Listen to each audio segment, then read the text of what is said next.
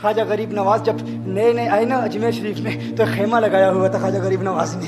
خیمے میں خواجہ غریب نواز عصر سے لے کر مغرب کے وقت تک روتے رہتے تھے. ایک نوجوان اجمیر سے باہر گیا ہوا تھا پڑھنے کے لیے, کچھ عرصے کے بعد واپس آیا اور اس خیمے کے قریب سے گزر ہوا اور گزرا تو رونے کی آواز آئی. فوراً دیکھتا ہے کہ خواجہ غریب نواز رو رہے ہیں, ابھی غیر مسلم ہے, اسلام قبول نہیں کیا. فوراً گھر جاتا ہے, ماں سے پوچھتا ہے, ماں یہ مسلمانوں کا گرو کیوں روتا ہے, مسلمانوں کا بابا کیوں روتا ہے؟ میں ہر روز گزرتا ہوں, عصر سے مغرب کے مابین جو وقت ہے یہ روتا ہے. ماں نے کہا جاؤ اس سے پوچھ لو کیوں روتا ہے. وہ نوجوان خواجہ غریب نواز کے خیمے کے اندر آیا, کہا بابا میں ہر روز یہاں سے گزرتا ہوں, آپ کے رونے کی آواز آتی ہے, بتائیے آپ کیوں روتے ہیں؟ کہا جاننا چاہتے ہو میں کیوں روتا ہوں؟ میں نے ایک مدت اپنے مرشد کے ساتھ گزاری ہے, مرشد کی خدمت میں گزاری ہے, مجھے اپنے پیر کی یاد رلاتی ہے, پیر کی یاد رلاتی ہے. میں عصر سے مغرب کے وقت تک اپنے مرشد کی یاد میں روتا رہتا ہوں. اس نوجوان نے کہا اچھا میں نے تو سنا تھا کہ انسان کو جب درد ہوتا ہے, تکلیف ہوتی ہے تو تکلیف انسان کو رلاتی ہے, آپ کو تو محبت ہے, یہ محبت میں بھی انسان کو رونا آتا ہے؟ کہا ہاں ہاں ہے نوجوان, انسان محبت میں بھی روتا ہے. کہا تو پھر مجھے بھی رونا ہے, میں بھی رونا چاہتا ہوں, مجھے بھی رونا سکھا دیجئے. کہا تو رونا چاہتا ہے؟ رونا چاہتا ہوں. کہا ٹھیک ہے, دو شرطیں ہیں, مسلمان ہو جا اور میرا مرید ہو جا.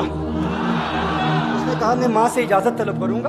ماں کے پاس گیا اجازت لینے کے لیے. ماں نے کہا تو ضدی ہے, جب تو ارادہ کر لیتا ہے, جو ارادہ کرتا ہے تو پورا کرتا ہے, جا جو کرنا چاہتا ہے کر لے. خواجہ غریب نواز کے بارگاہ میں حاضر ہوا, عرض کرتا ہے بابا میں پھر مسلمان ہونا چاہتا ہوں, مجھے مرید کر لیجئے. خواجہ غریب نواز نے مرید کر لیا, خواجہ غریب نواز کا مرید ہو گیا. اب خواجہ غریب نواز نے کہا اب وقت سارا میرے ساتھ گزرے گا, ناشتے کے وقت خواجہ غریب نواز کے ساتھ, سحری کے وقت خواجہ غریب نواز کے ساتھ, سحر کے وقت خواجہ غریب نواز کے ساتھ, پورا دن اسے خواجہ غریب نواز کے قرب کی کچھ ایسی عادت ہو گئی, خواجہ غریب نواز کا دیوانہ ہو گیا, ان کا عاشق ہو گیا. کچھ عرصہ گزرا, خواجہ غریب نواز نے فرمایا اب تیرے لیے 3 دن کی چھٹیاں ہیں, 3 دن کے لیے چھٹیاں ہیں, 3 دن کے لیے چلا جا.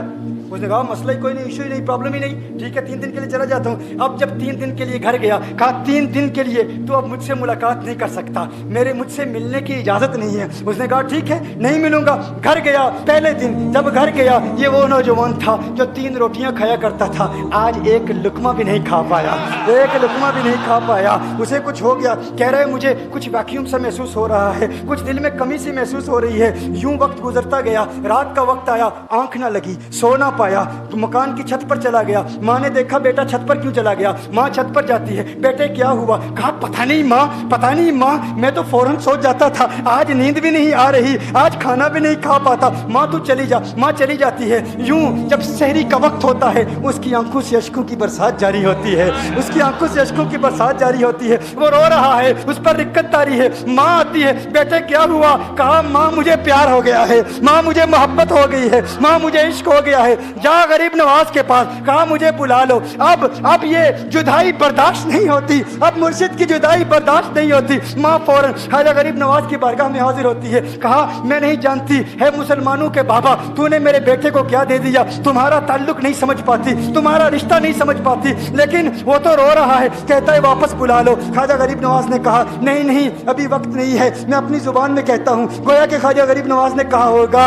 ابھی تو ابتدائی عشق ہے, روتا ہے کیا, آگے دیکھ ہوتا ہے کیا. تیری تمنا تھی, تیری خواہش تھی کہ محبت میں رونے کی عادت ہو جائے, ابھی تو ابتدا ہے. ماں کو واپس بھیج دیا, کہا واپس چلی جا. اسے کہا ابھی اجازت نہیں ہے, وہ واپس چلی جاتی ہے. بیٹے کو بتاتی ہے کہ ہے میرے بیٹے, وہ تو اجازت نہیں دے رہا. کہا ماں سن لے, اب اگر نہ بلایا تو میں مر جاؤں گا, یہ محبت مجھے مار ڈالے گی. ماں اگر مجھے زندہ دیکھنا چاہتی ہے تو میرے مرشد کو راضی کر لے, میرے مرشد کو بتا دے اب یہ ایک جدائی برداشت نہیں کر سکتا. ماں فوراً غریب نواز کی بارگاہ میں حاضر ہوتی ہے. کہا ہے غریب نواز کرم فرمائیے, مجھ ماں کی تمنا ہے, مجھ ماں کی آرزو ہے, وہ مر جائے گا. کہا ماں کی تمنا ہے, تیری بات مانتا ہوں, جا اسے واپس بھیج دے. وہ فوراً بھاگتا ہوا خواجہ غریب نواز کی بارگاہ میں حاضر ہوتا ہے. اس وقت خواجہ غریب نواز اپنے مریدوں کو درس دے رہے ہیں, ایک مجمع لگا ہوا ہے. وہ فوراً خواجہ غریب نواز کے دروازے پر کھڑا ہوتا ہے اور پھر مرید یہ منظر دیکھ رہے ہیں, خواجہ غریب نواز کو دیکھتا ہے, خواجہ غریب نواز اسے دیکھتے ہیں. وہ میں نے کہا تھا نا نگاہ مست ملائی تو میں پلا کے اٹھے,